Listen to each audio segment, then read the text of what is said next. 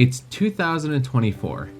There are now over 3 billion gamers worldwide, with 1.7 billion being male gamers and 1.39 billion being female gamers. Or at least that is what it is according to these statistics.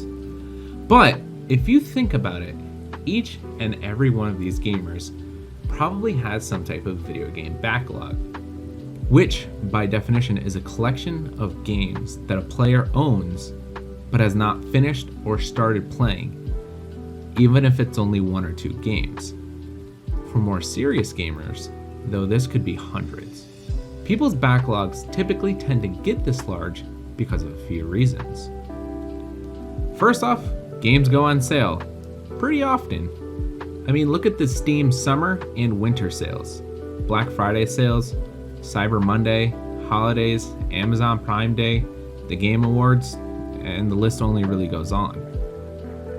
We don't want to miss out on these low prices and tend to buy multiple games. Why pay them at full price when we can get them on sale? Gamers end up buying games that they're interested in, and even games that they've never heard of, just to add it to their collection. Secondly, we enjoy a series or genre of games. For example, some people like RPG games, so they'll tend to play RPGs from one company or developer, and then try RPGs from other developers.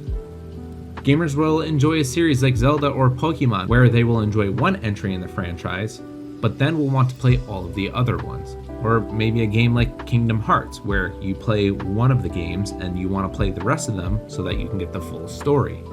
Or sometimes games come out episodic, like Life is Strange or The Walking Dead. And third off, many gamers will simply just replay one of their favorite games instead of starting up a new one. It's comfortable and familiar, easy to just keep going back to. And many other reasons, such as playing MMORPGs, playing multiplayer games, or even 100%ing games. These are all reasons why gamers tend to have these video game backlogs, and how they can very easily grow into hundreds of games. But 2024 is a weird year for the video game industry, one we have not seen in a very long time, if not ever.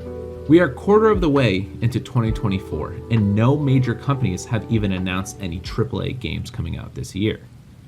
Most games coming out this year is simply just ports, remakes, remasters, and DLC. No mainline, big hitting titles.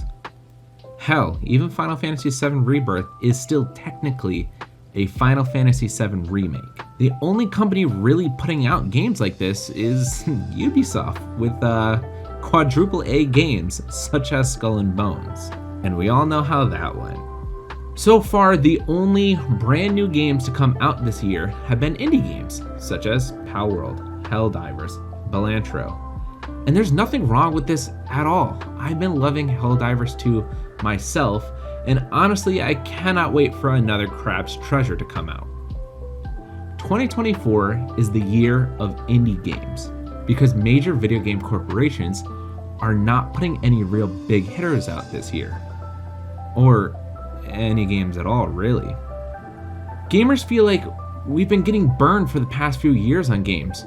We are all super tired of these half-assed games coming out and the developers ending up dropping patches just to make the game playable.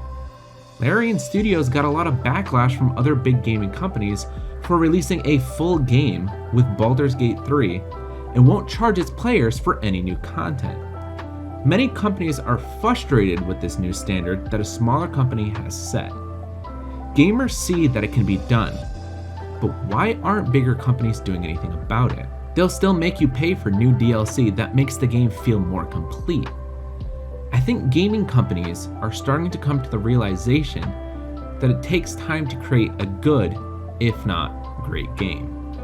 Sony has announced they won't be releasing any big first-party exclusive PlayStation 5 games in any of its existing franchises this year or the end of its next financial year in March 2025. We all know Nintendo's not releasing anything this year. I mean, look at the Direct that they just had in February. It was specifically a partner showcase, or in other words, indie games coming to the Nintendo Switch. And again, for Mario Day this year, they didn't really announce anything except for, oh yeah, remakes.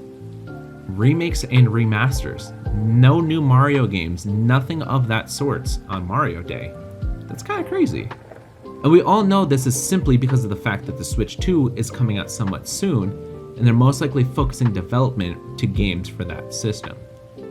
And let's be real, Xbox and Microsoft, well, it's Xbox. Have they even released any first-party titles in the past few years that's been worth playing? Personally, I don't think so. But how come? Why are game companies not releasing anything this year? Some companies could be shifting development to new systems, but more than likely it has something to do with the video game industry layoffs. Within 2024 and the end of 2023, we have seen hundreds, if not thousands, of layoffs from the video game companies, such as Microsoft, EA, Sega, Riot, Sony, and many others. If you're wondering why are all of these companies laying off so many people, well, it varies from company to company, and we can only speculate on a few things.